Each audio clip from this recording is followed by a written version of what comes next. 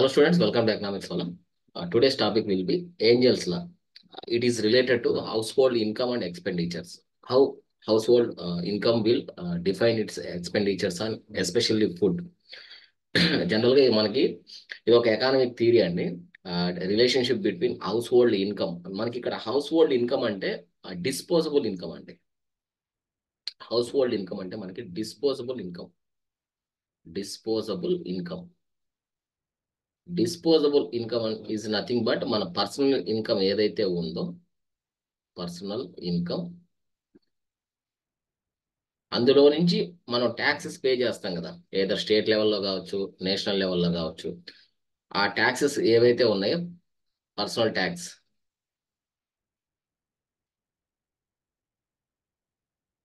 ఈ విధంగా మనం డిస్పోజబుల్ ఇన్కమ్ క్యాలిక్యులేట్ చేస్తాం. లెట్ సపోజ్ మనకి డిస్పోజబుల్ ఇన్కమ్ ఒక 1000 రూపీస్ ఉంది అనుకుందాం.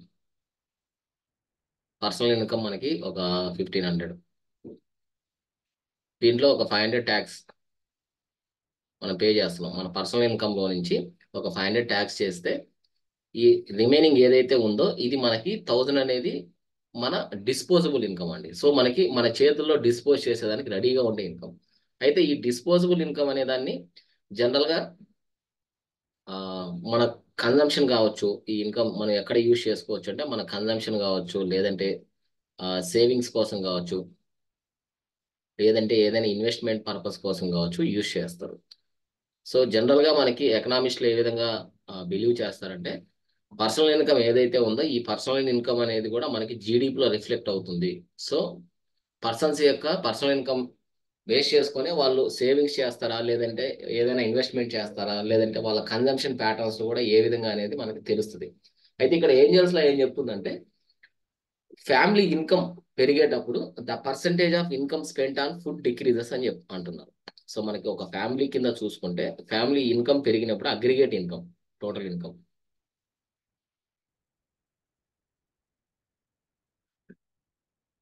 Percentage of income spent on food decreases. So మనకి ఫుడ్ మీద స్పెండ్ చేసే అమౌంట్ తగ్గుతా వస్తుందని చెప్తున్నారు.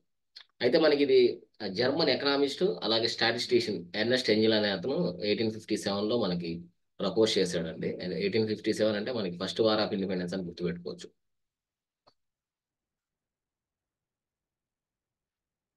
It states that as household income increases, the proportion of income allocated to food expenditures decreases.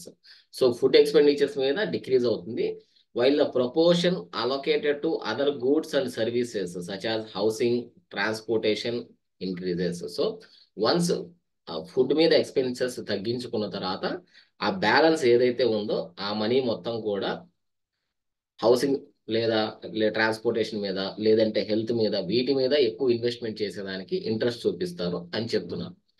అయితే a version of Engel's law is the దీని ఇంకో version ఏంటంటే poorer the family the greater the proportion of total outgo which must be used for food అండి. So మనకి ఎంత poor అయితే family వాళ్ళు అంత ఎక్స్పెన్సెస్ మొత్తం కూడా ఫుడ్కే కేటాయించడం జరుగుతుంది.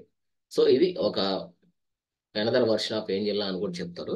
అయితే మనకి ఇది కాంటెంపరీ టైమ్స్ లో రిలవెంటా కాదా అని చూస్తే మనకి 2011లో ఏ స్టడీ బై రిచర్డ్ యాంకర్ ఇతను ఏం చెప్తున్నాడు అంటే angels law continues to be in relevant today across countries as well as across house holds with in the countries. So ఇక్కడ అక్రాస్ ద కంట్రీస్ అలాగే house holds with in the countries అని చూసుకుంటే general గా under developed countries, least developed countries లో ఇటువంటి situation ఎక్కువ prevalent ఉంటుందండి.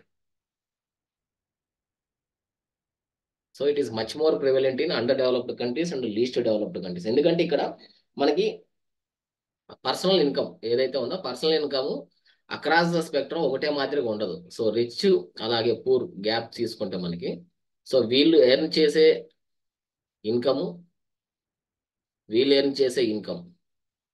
అలాగే వీళ్ళ ఎక్స్పెన్సెస్ కంప్లీట్ గా డిఫరెంట్ ఉంటాయి. ఎస్పెషల్లీ అండర్ డెవలప్డ్ కంట్రీస్ కావచ్చు, లేదా లీస్ట్ డెవలప్డ్ కంట్రీస్ కావచ్చు, లేదా జస్ట్ ట్రాన్సిషన్ ఎకానమీస్ అని కూడా ఉంటాయి. అంటే డెవలపింగ్ నుంచి డెవలప్డ్కి వెళ్ళే నేషన్స్ కానీ, అండర్ డెవలప్డ్ నుంచి డెవలప్డ్ నేషన్స్లోకి వెళ్ళే మాదిరికి కానీ. సో ఇవి జస్ట్ ట్రాన్సిషన్ ఎకానమీస్ కాబట్టి ఇటువంటి ఎకానమీస్ లో ఎక్కువగా ఇటువంటి ఇష్యూస్ ఉంటాయండి. అయితే మనకి ఇక్కడ ఒక ఎగ్జాంపుల్ తీసుకుందాం, ఏ విధంగా ఎర్నెస్ట్ ఏంజల్స్ లా అనేది వర్క్ అవుతుందని చూసుకుంటే మనకి ఒక ఎగ్జాంపుల్ తీసుకుంటే మనకి లెట్ సపోజ్ మనకి ఒక ఎగ్జాంపుల్ మనకు ఒక పర్ మంత్ కి 3000 ఉందనుకోండి ఇన్కమ్. 3000 ఇన్కమ్ ఉంది. దీంట్లో 1500 వచ్చి మనకి ఎక్స్పెన్సెస్ వెళ్తున్నాయి. దేని మీద ఎక్స్పెన్సెస్ వెళ్తున్నాయి? Only on food. Only on food. అదే పర్ సపోజ్ మనకి ఇప్పుడు ఇన్కమ్ అనేది రైజ్ అయింది అనుకోండి. ఇన్కమ్ రైజ్ అయ్యి మనకి ఏమవుతుందంటే ఒక 10,000 అయింది అనుకోండి పర్ సపోజ్. సో ఇది జస్ట్ ఎగ్జాంపుల్ అండి, this might be changed. So మనకి ఇన్కమ్ ఒక 10,000 ఉంది ప్రస్తుతానికి. సో ఇన్కమ్ 10,000 ఉన్నప్పుడు మనం ఏం చేస్తాం, అందులో నుంచి మనం ఒక 3,500 ఇప్పుడు ఎక్స్పెన్సెస్కి వెళ్తున్నాయి.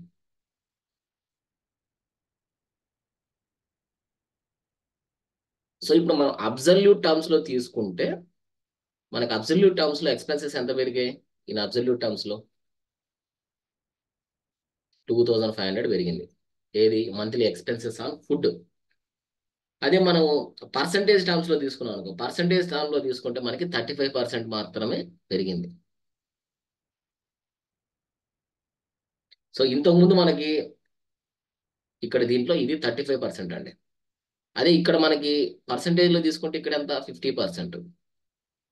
సో ఏంజల్స్ లో ఏం చెప్తుందంటే జనరల్ గా మీ ఎక్స్పెన్సెస్ ఏవైతే ఉన్నాయో మన ఇంక్రీజ్ ఇన్ ఇన్కమ్ తో పాటు ఎక్స్పెండిచర్ స్పెంట్ ఆన్ ఫుడ్ అనేది మనకి తగ్గుతా వస్తుంది. బట్ మనకి కంపారిటివ్ అబ్సల్యూట్ టర్మ్స్ లోను అలాగే మనకి ప్రొపోర్షన్ లో తీసుకుంటే మాత్రం ద టోటల్ ఇన్కమ్ జనరల్ గా proportion spent on came down from 50% to 35%. So 35%, 50 నుంచి 35% మాత్రమే మనకి ఎక్స్పెన్సెస్ అనేవి ఉంటాయి. సో ఇది ఏంజల్స్ లా సంబంధించిందండి. దీని మీద ఏదైనా డౌట్ ఉంటే మీరు కామెంట్స్ లో మెన్షన్ చేయండి. ఇలాంటివి రిలేటెడ్ టర్మ్స్ అంటే డిఫరెంట్ ఎకనామిక్ టర్మ్స్ అనేటివి మనకి రెగ్యులర్ గా న్యూస్ లో ఉంటున్నాయి. సో అవన్నీ కూడా మనం రెగ్యులర్ గా మనం పోస్ట్ చేద్దామండి. Thank you for watching class. Have a nice day.